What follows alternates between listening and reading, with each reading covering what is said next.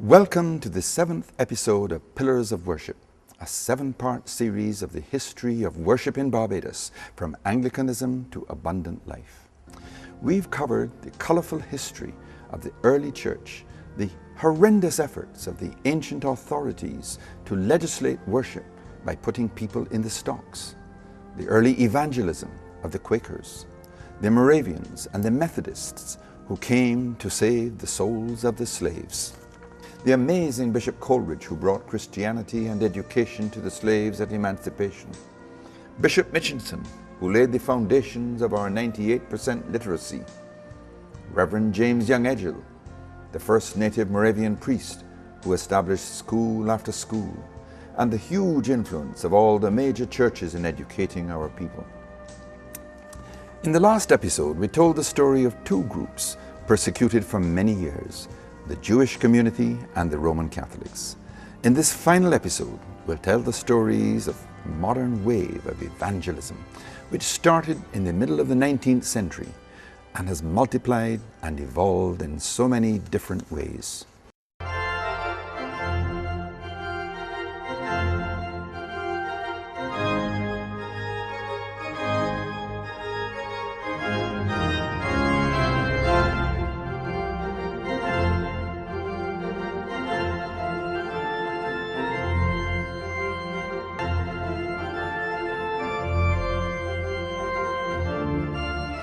Evolutionary theory, developed by the brilliant Charles Darwin, could almost be applied to the evolution of spirituality in the universal search for God and spiritual truths, and to the Christian church in particular.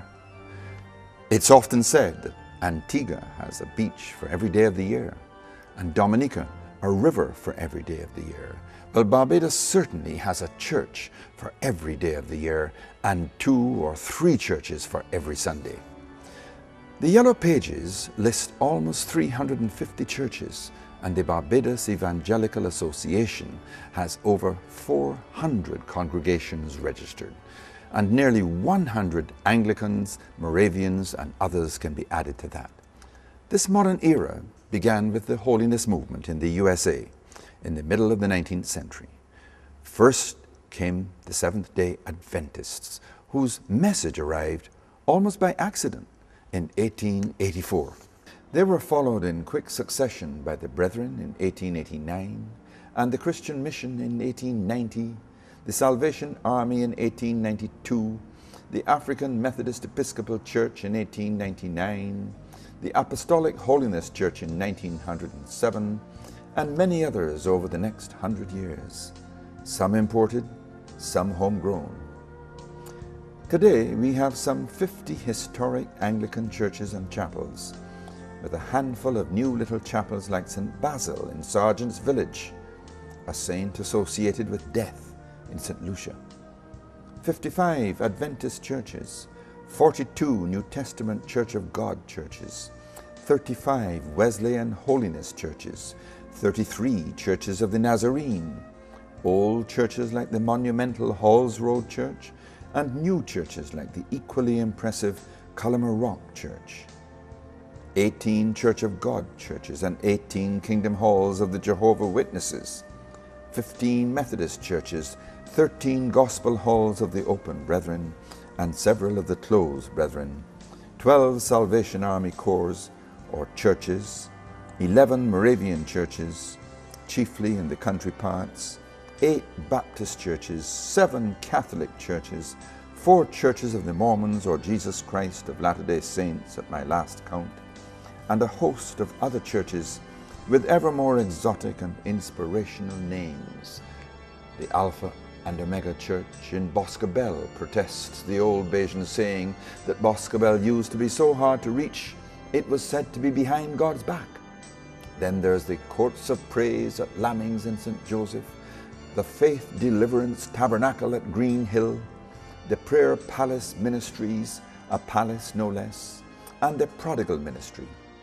And of course, there's the unique Sons of God Apostolic Spiritual Baptist Church of Jerusalem at Ealing Grove, founded by the multi-titled Patriarch, His Excellency the Most Reverend Anointed Metropolitan Archbishop Granville Williams, J.P., who modeled his church after the colourful spiritual Baptists of Trinidad. Members are also known as Shouter Baptists or tie heads because they tie their heads on formal and semi-formal occasions. And then, of course, we have the other faiths that have joined us as Barbados has become a more cosmopolitan society. Islam, Hindu, Baha'i, Sai, and Rastafarianism. I'm especially fond of the history and the work of the Seventh-day Adventists because they combine a strong spiritual commitment with a commitment to healthy living, a healthy mind, body and soul, an emphasis on the nuclear family, which is so critical for a healthy, productive society. The birth of Adventism goes back to the era of Christian mission movements in the mid-19th century. A Baptist minister called William Miller in Massachusetts predicted that the second advent of Christ would come in 1844. It didn't, but the name Adventists stuck. Out of that group, known as Millerites, emerged a group led by James and Ellen White. And Ellen White's prolific writings on the scriptures, on diet and healthy living, on abstinence, have hugely influenced the beliefs and practices of today's Seventh-day Adventists, who now number nearly 20 million across the world. Adventism came to Barbados from Battle Creek, Michigan, almost by accident. A shipment of tracts to Guyana in 1884 resulted in a copy of Signs of the Times being sent by someone in Georgetown to her sister in Barbados, Anna Aline. She was taken with the idea of observing Saturday as the last day of the week and keeping it holy, and the rest is history.